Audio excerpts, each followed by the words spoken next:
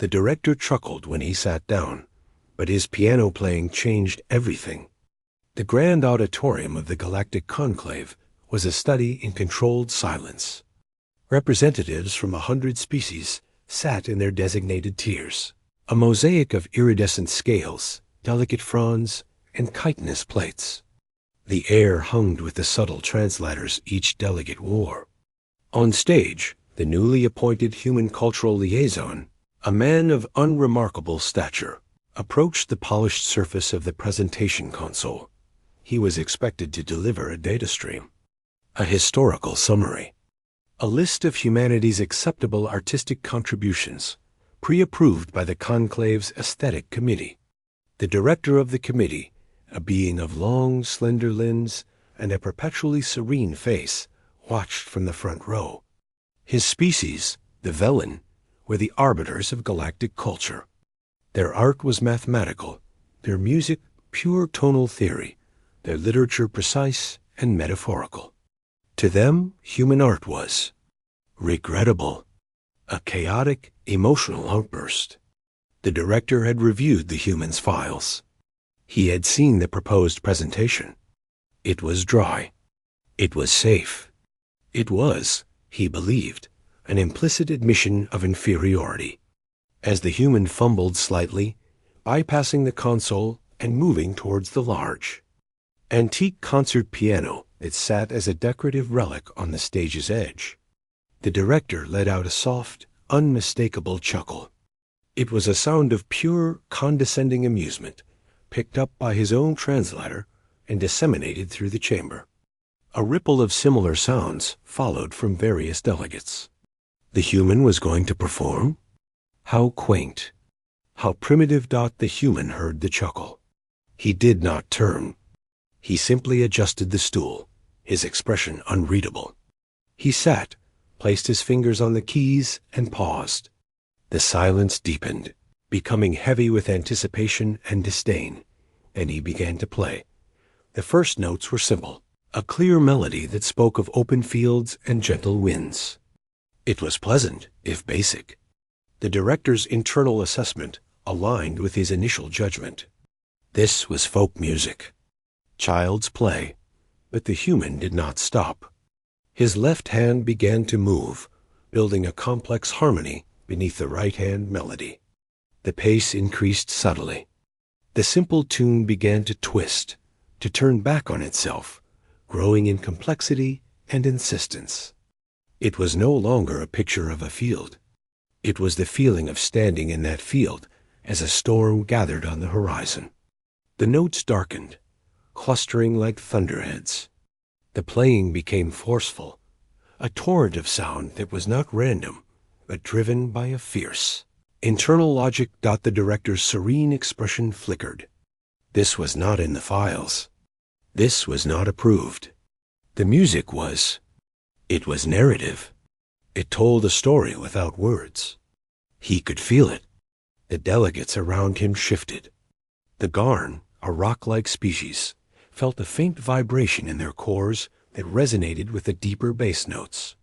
The ethereal Lumin, beings of contained gas and light, pulsed slightly in time with the shimmering high harmonies. The human's piece shifted again. The storm broke, not into chaos, but into a relentless driving rhythm. It was the sound of machines, of cities rising, of struggle and industry. It was harsh, angular, but within the dissonance there was a desperate hope, a melody that fought to be heard above the clangor. The human's hands were a blur, striking keys with precision and power, pulling forth sounds from the old instrument that seemed impossible. A delegate from a species that communicated via rhythmic tapping had to physically restrain their limbs from joining in. Then, as suddenly as the mechanical frenzy had begun, it collapsed into a single, aching, quiet phrase, a melody of loss. It was so profoundly lonely that several delegates instinctively reached for the beings next to them. The music spoke of empty rooms and long goodbyes, of silent stars and unanswered questions. It was not a Velen-approved mathematical representation of sorrow. It was sorrow itself, hidden sound, The director found he could not move. The chuckle was a distant, shameful memory in his mind. This was not art as the galaxy understood it. This was not controlled expression. This was an opening of a soul. It was a vulnerability so total it commanded absolute respect. He felt as if he was witnessing something sacred, and his earlier amusement felt like a desecration. The final movement began. It started with a single repeating note in the bass, like a heartbeat returning. The right hand began to weave a new melody over it, fragile at first, drawing threads from the first pastoral theme, from the struggle of the city, even from the loneliness. It built. It did not shy away from remembering the pain, but it wove the pain into the fabric of something larger. The tempo increased, the harmonies broadened, and the music swelled into a triumphant, soaring finale. It was not a victory without cost. The echoes of the storm and the loneliness were still there, but they had been transformed. The final chords rang out, grand and bright and heartbreakingly hopeful, then resolved into a quiet, peaceful major key that hung in the air long after the human lifted his hands from the keys. Absolute silence. The human sat for a moment, head slightly bowed as if waking from a dream. Then he stood, turned to face the audience, and gave a small, formal nod. For 5 full seconds, nothing happened. Then a Garn delegate stood. Their culture did not clap. Instead, they struck their own chest plate once, a deep, resonant thum that signified profound acknowledgement. It was the highest honor they could give. A Lumin delegate let their light flare in a brilliant, wordless salute. Another species rustled their fronds in a complex pattern of approval. Soon, the hall was filled with 100 different forms of applause, a symphony of clicks, hums, flashes, and gestures. The silence had been replaced by a roaring cacophony of universal acclaim. The director finally stood. His movements were slow, deliberate. He walked the short distance to the stage steps, ascended them, and approached the human. The auditorium quieted to see what the arbiter of culture would do. Would he condemn this raw, unapproved expression? He stopped before the human. He did not speak. Instead, he performed the Velen gesture of ultimate artistic respect. He brought his long-fingered hands to his temples, then extended them outward, palms up, towards the human and the piano. It meant, "You have shown us the unseen.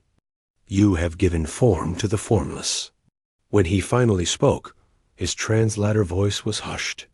What was that? The human's face was calm, but his eyes were bright. "It is called a sonata. That one. I suppose it is just a piece. I composed it. It contained everything," the director said, struggling for words his culture did not possess. Growth, conflict, sorrow, synthesis. "It contained a life," the human said softly. "Not a data stream. A life." The director looked at the piano, then back at the human. "This instrument. It is a machine. Yet you made it. Weep and sing and hope. Your species does this? We try," the human said. "We put our history, our feelings, our questions into sound, into pictures, into words. It is how we understand ourselves, and sometimes how we ask to be understood." The director turned to face the assembled conclave. His voice, when it came through the speakers, was different. The serenity was gone, replaced by a kind of awakened urgency. "This presentation," he began, "is concluded. The next order of business is a motion to reconvene the Aesthetic Committee. Our agenda will be the complete re-evaluation of the human cultural portfolio." He paused, looking at the simple piano.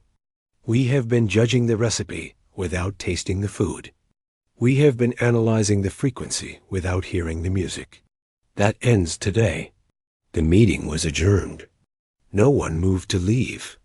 Delegates clustered around the human, not with bureaucratic questions, but with personal ones. What was that middle section called? How did one translate feeling into frequency? Could this be taught? The director remained by the piano. He tentatively reached out and pressed a single key. The note hung, pure and solitary, in the air. It was just a sound, a vibration.